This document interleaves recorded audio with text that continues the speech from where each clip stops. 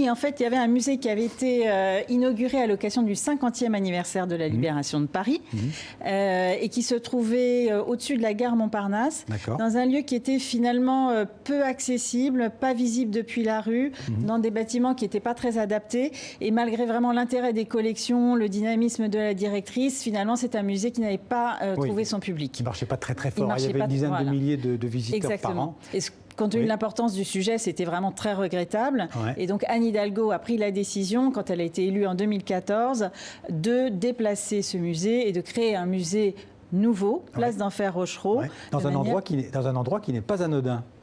Oui, alors c'est un endroit symboliquement très fort pour de multiples raisons. Évidemment, la place d'Enfer Rochereau, c'est un hommage à la résistance de Belfort pendant la guerre prussienne. Donc ça, c'est un premier point. Mais c'est surtout un lieu hyper symbolique par rapport à la libération de Paris pour plusieurs raisons.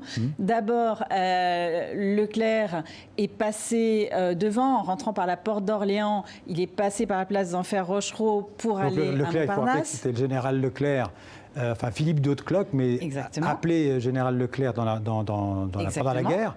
Et donc il est passé avec ses troupes de la 2e division blindée, place d'Enfer Rochereau. Complètement.